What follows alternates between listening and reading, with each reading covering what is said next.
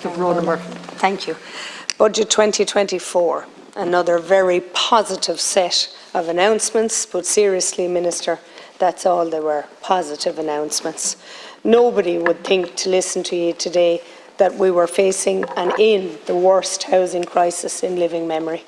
Backbenchers applauding one another when they don't even understand the problem.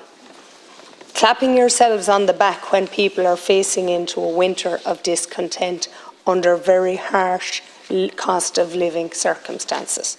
Congratulating yourselves on building 30,000 homes a year. Why did we commission or put in place a housing commission?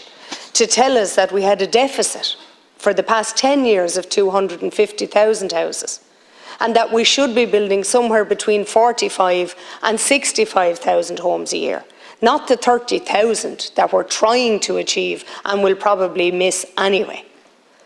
There's no Ardna Crusha idea among anybody in this government.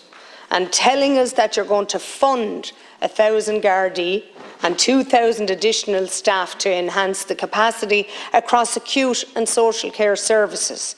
We need more nurses, we need more teachers, we need more everything. But the real issue is that there's nowhere for them to live.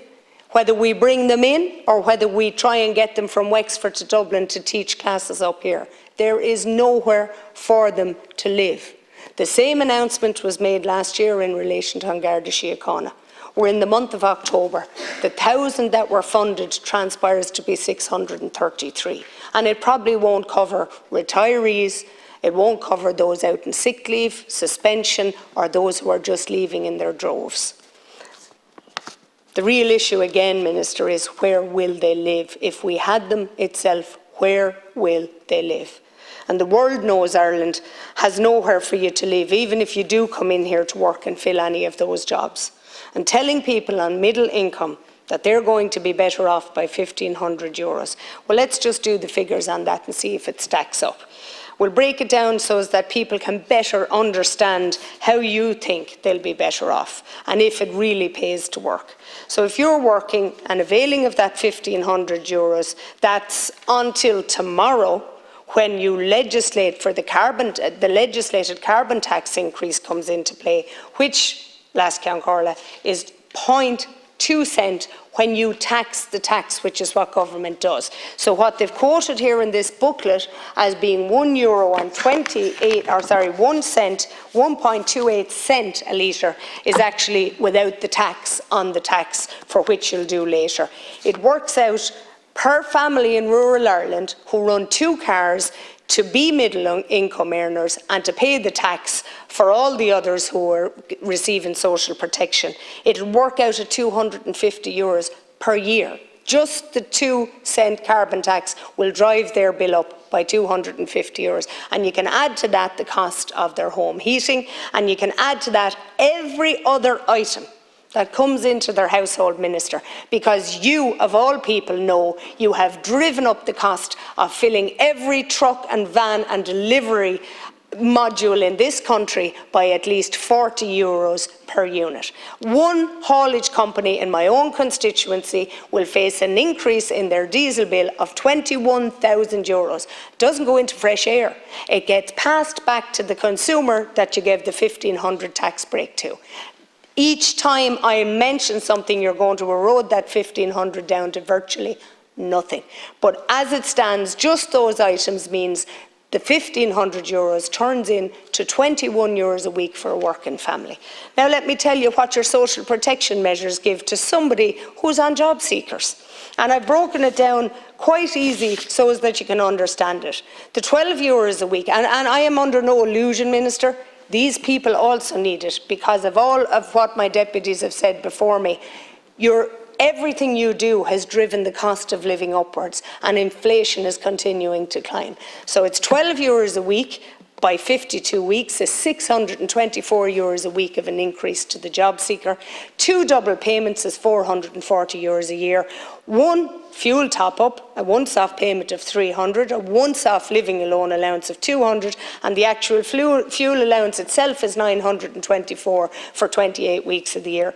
The total for the job seeker per annum is €2,488. It works out at €48 per week for a job seeker, when the actual middle income earner is in receipt of €21 and being eroded through possibly anything that the minimum wage will drive up, anything that the fuel carbon increase will drive up.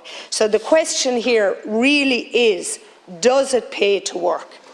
And what was muted here about the USC being reduced by 4%, the Taoiseach of this government in 2016 told people that if he was back in power, he would get rid of the USC. And what we get today from a government led by that Taoiseach is a reduction of 0.5%. A reduction of 0.5%. Did he forget what he said? Should they be concerned as to whether the pronouncements that you make, as you're going to make it pay to work, or you're going to make sure it pays to work? Well, I'm not so sure that that's to be seen in these announcements. I can move on to the home care supports. And unfortunately, I'm just trying to point out that your announcements are just that. Last year, when you made the announcement of millions of euros of an increase in the home care support hours, we had 515 people waiting on home care support delivery in County Wexford. Well, let me tell you, this year we have 510 individuals. 510. And that's a decrease of 5 people, but we're not at the end of the year yet, so I expect it to increase over the winter months. If we look at our dental treatment scheme, we have 883 children on a waiting list in Wexford, and some of them have been on that orthodontic list for over 60 months. 164 special needs children are waiting on dental care for more than 24 months. I could go on.